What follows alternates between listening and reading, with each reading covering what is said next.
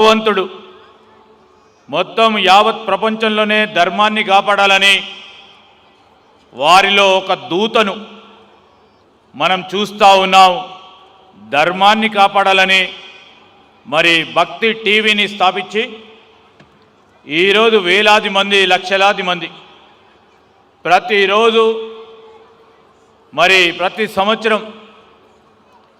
ఈ కోటి దీపోత్సవాల తిలకిస్తూ దాంట్లో పాల్గొనే ఒక భాగ్యం కలిగిస్తూ ఉన్న సందర్భంలో వారికి మాకు ప్రత్యేకమైన కృతజ్ఞతలు తెలియజేస్తూ ఈరోజు మనమందరం కూడా చూస్తూ ఉన్నాం. మనమందరము మేము రాజకీయంలో ఉన్నప్పటికీ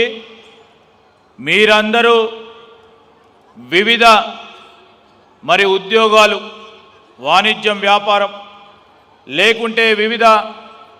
మీకున్న వృత్తి పనిలో నిమగ్నమై అనునిత్యం పొద్దున్నేస్తూనే రాత్రి వరకు కూడా మొత్తం 24 గంటల సమయంలో మన సమయం అంతా కూడా స్ట్రెస్తోని, స్ట్రెయిన్తోని, ఇబ్బందులతోని ముందుకు పోతా ఉన్న తరుణంలో ఆ భగవంతుడు మనకు సంబంధించి మరి ఒక ప్రశాంతత కలిగియాలని ఇలాంటి మరి ప్రోగ్రామ్స్ ద్వారా,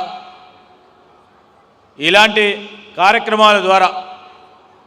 భక్తిని కలిగిస్తూ,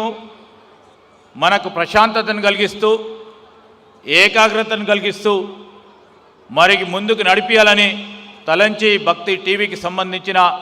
సారథ్యంలో అనేక మంది ఈరోజు ఈ వేదిక ద్వారానే మేము అనేక సందర్భాల్లో చూసాం.